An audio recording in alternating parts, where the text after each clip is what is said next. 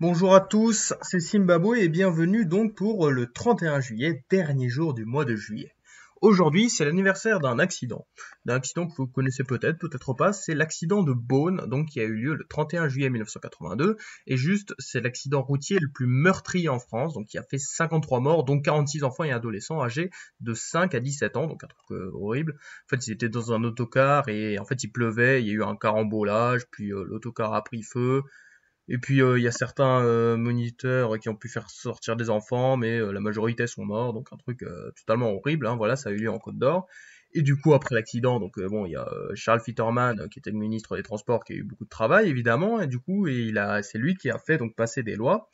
Donc voilà, la vitesse maximale autorisée pour les autocars est réduite, la vitesse partant de pluie pour tous les véhicules est réduite à 110 km sur autoroute et à 80 km/h sur route. Et donc c'est de là que ça vient. Du coup, la prochaine fois que vous ragez parce que on est obligé d'être 110 parce qu'il pleut, et ben repensez à cet accident parce que quand même 53 morts, bah, c'est quand même beaucoup, hein. Surtout pour des enfants, c'est chiant quoi. Donc voilà. Aujourd'hui, c'est aussi l'anniversaire de la guerre sino-japonaise de 1894.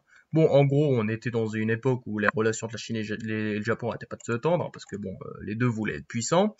Et du coup, il y a eu une guerre, donc l'Empire du Japon contre l'Empire Qing, hein, évidemment. Donc on avait plus de Chinois. Le problème, c'est que comme le Japon, ils avaient déjà fait ils avaient déjà commencé leur révolution industrielle, ils étaient déjà bien puissants, alors que la Chine restait encore un État quand même très très rural, et du coup bah, ils se sont fait défoncer, hein, et le Japon a réussi à gagner, et donc ça a été la victoire japonaise, et du coup ça a eu deux conséquences. Déjà, donc on a l'empire Qing de Chine qui devient beaucoup moins puissant, et ensuite qui s'est fait renverser, donc c'est une des raisons de son déclin.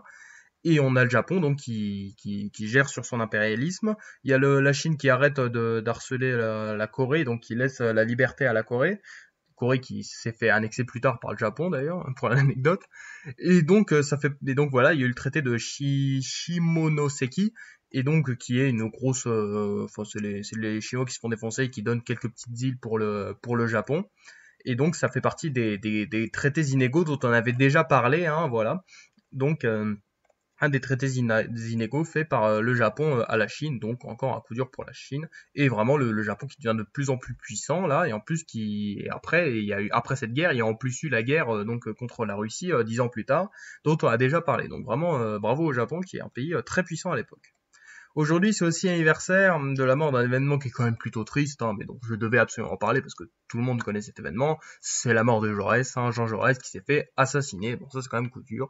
Bon, en gros, Jean Jaurès c'était un député français, donc classé à l'extrême gauche, vraiment qui a voilà, qui était le plus jeune député en France, qui a participé à la loi de séparation de l'Église et de l'État, qui a défendu Dreyfus, qui avait le journal, voilà, l'Humanité, donc le journal très à gauche.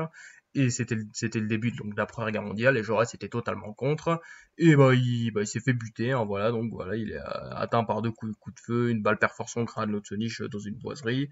Donc c'est quand même coup dur, et voilà, ce meurtre met un terme aux efforts désespérés que Jaurès avait entrepris depuis l'attentat de Sarajevo, donc avec la mort de François Ferdinand, d'empêcher la déflagration militaire de l'Europe, et malheureusement, bah, ça n'a pas marché.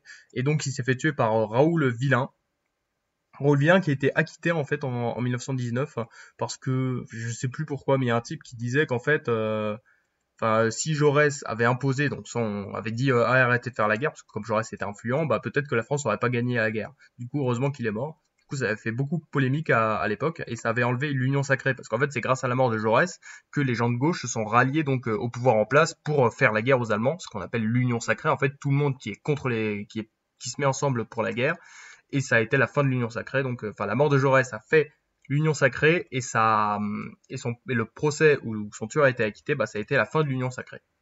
Donc voilà les trois événements à retenir pour aujourd'hui. On a l'accident de Beaune en 1982, on a la guerre sino-japonaise en 1894, et on a la mort de Jean Jaurès en 1914.